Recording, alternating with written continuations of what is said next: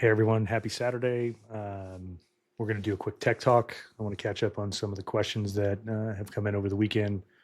Um, Make sure that we don't get them all, backed up. Um, Obviously, everyone heard, or hopefully everyone heard that NSAV finally cleared DTC or became a DTC eligible company, so that's pretty awesome. I know Fonz is going to be doing a business talk either Tuesday or Wednesday of this coming week. So make sure to put it on your calendar. As it relates to the stuff that we've been doing dev side, we have launched the NFT side. So let me just go up in here and just kind of verify all the things that have happened. When you have too many monitors. Okay, so we have uploaded the Zeus NFTX, which is the NFT minting engine. We have added a RWA function, and we are putting the finishing touches of tokenized securities, things that are like for OTC markets and things like that. So that has been done. We are finishing this weekend the swap. We have Zeus, the chain, and the ERC20 token being listed on the CEX. I believe it's early Monday morning. I'll have to go back and check, but don't hold me to it. I believe that's what the date is. And then we're going to start working on the order books for NSAVX, NSA VIP, swap, adding DaVinci Pay, and then adding the Zeus ETH version of the token to start out. With that, I think that we're pretty good. We've got. I guess I should just say this. We have the Zeus lptoken.io website, which has all of the different token addresses. We also have now the buy now function, which you can go in and you can buy at the retail price, which I believe is $2.19. And then that's the retail price within the ecosystem for minting and things like that. This is the pre-mine token. So in the pre-mine token, if you want to go, say you want to start minting NFTs and you want to put them on OpenSea and all those different things, you can do that within the Zeus network. And where it was going to cost,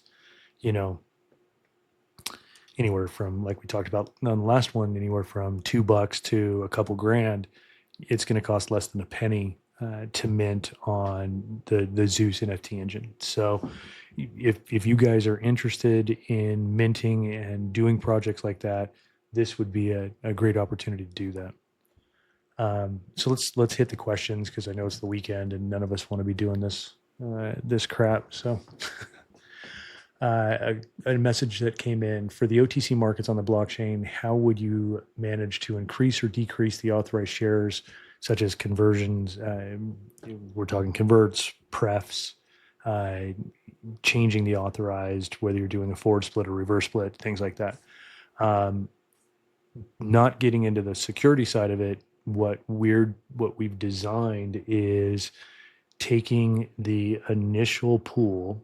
The pool can be amended in the smart contract, and then for the additional classes, those will be attached NFTs with encrypted metadata. In doing that, it can be increased, decreased, and it can mirror what's going on in the OTC markets. Yeah. Another question that came in was, do we worry about stock being tokenized and then being used for naked shorts and things like that? And the example they use is GameStop and AMC. As it relates to the OTC markets, I don't think that that's going to be an issue, because of there's no synthetic there that is allowed to go long or short, and market makers obviously have the ability to trade internally in their position, and then settle up at the end of the broker month. But that's different than manipulating with shorts and naked shorts.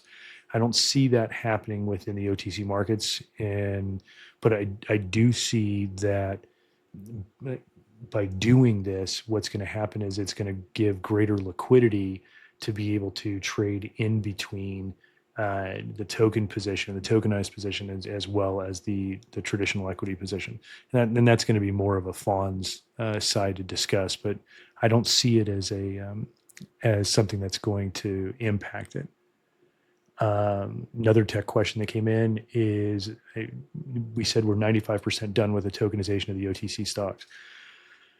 What's the next step? So for us, the next step is we import those tokens into the chain or onto the chain, and we start mirroring those. Then what will happen is we will get in contact with each one of those pubcos and let them know that, hey, there's been a tokenized version of their company stock, and it is mirrored. And if they'd like to participate in this, then they would need to get verified. And then once they are verified through the alley, then they in turn would take control of that tokenized version of the security.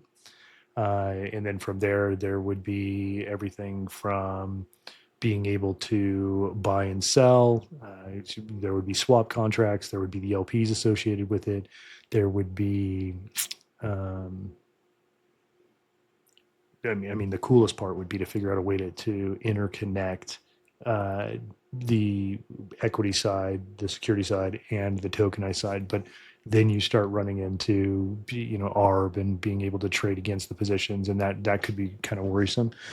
But then the next step is once it's verified, then the companies will start going out on the alley and start communicating with their shareholders and onboarding their shareholders and doing all of those different things, their NOBOs, to make sure that their shareholders know there are other options. Let's see. Validators and nodes. Okay, so I've been working with Hill on trying to streamline that process. And I would say we're almost there. There's one more error message that keeps coming up depending on the machine that you're using. Once that's done, we are going to update the Zeus docs file.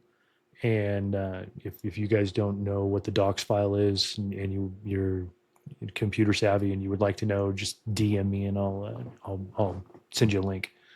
But what this will do is this will allow anyone out there to be able to use the validator and earn money. So they can verify and validate transactions that happen on the Zeus blockchain and earn fees for that. The same individual asked about Acoin and A-Chain. So we're looking at doing a wrap with Acoin. As that materializes, I'll make sure that you guys are in the know, because I know a lot of you have some really big positions in the Acoin and Hive. So if there's a way to start monetizing that and putting together a secondary liquidity pool, then I think that could be a really good idea. And quite frankly, I don't think it's going to be that difficult. Other questions about the NSAV DAO. The NSAV DAO is there. Fonz is using that more for a voting, kind of a voting token that is going to be integrated within the tokenized security. And I'll let him get into that because it gets way more in depth. We had a bunch of messages that came in asking about NSAV Pay and DaVinci Pay, and if NSAV is a consumer credit app or is it going to be using crypto. When we use NSAV and DaVinci Pay, how does that keep track of income taxes? So, and this is a good question. When you go on to, let's just say any Wix or WordPress website or a Shopify website, and there's a shopping cart technology. Within that shopping cart technology, there is generally a tax functionality, whether it is a physical or a digital asset. That remains the same. So you'll get a receipt, and on that receipt, you use that on your taxes, whether that's a cash or a cash equivalent, that's what that's there for. We integrate directly into that shopping cart technology.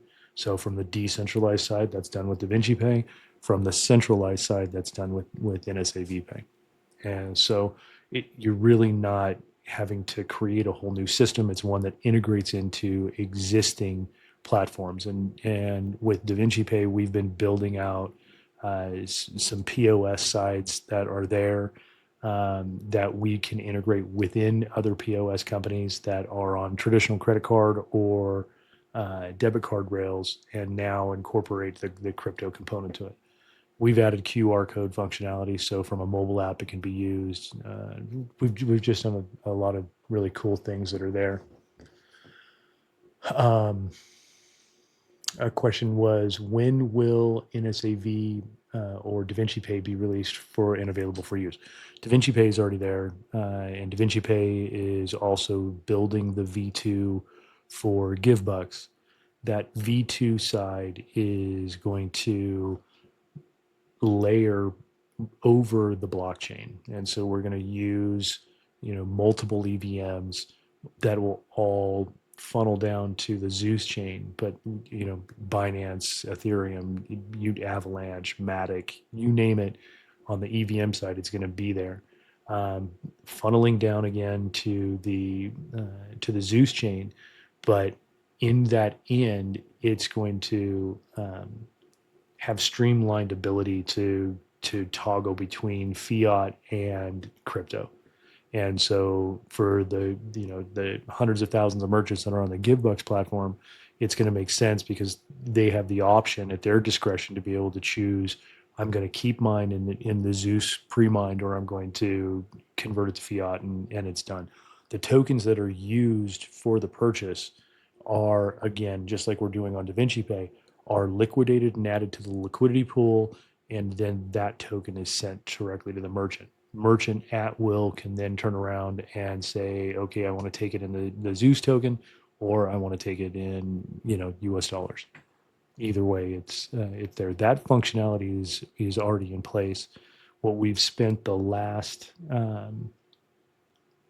week and a half working on is the integration of the NFT technology, to make sure that as a consumer, when I'm dealing with a digital asset, or I'm using tokens for goods and services, I want to be able to make sure that I'm getting a receipt for that. And yes, we have the email functionality. Yes, we have the SMS functionality, but I also want something that's digital that goes into my wallet, that is an NFT that is immutable on the blockchain, that shows, yep, I did pay for this. There's encrypted metadata that confirms it, and boom, it's done.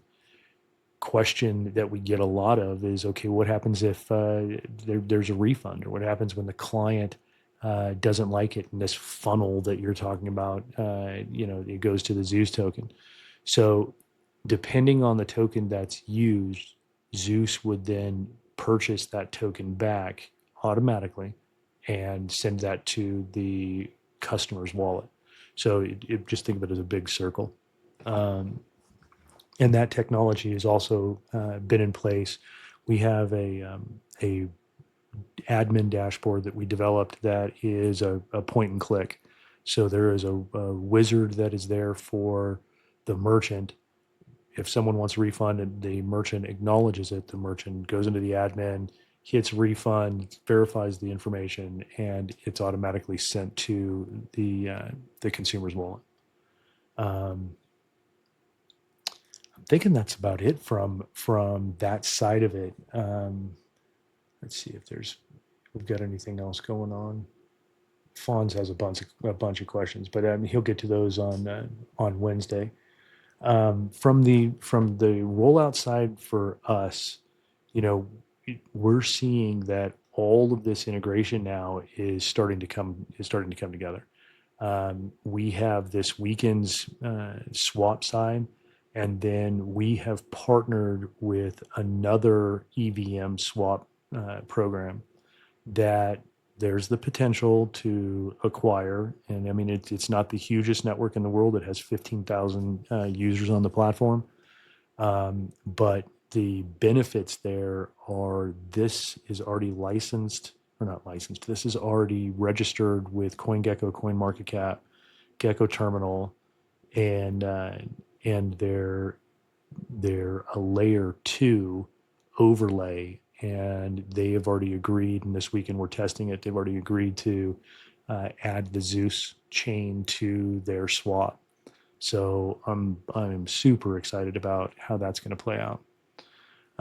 In the meantime, we have extended the VIP on Zeus. So if there are people that want to participate in that didn't jump in on Friday, it's extended until Monday before the addition to the exchange.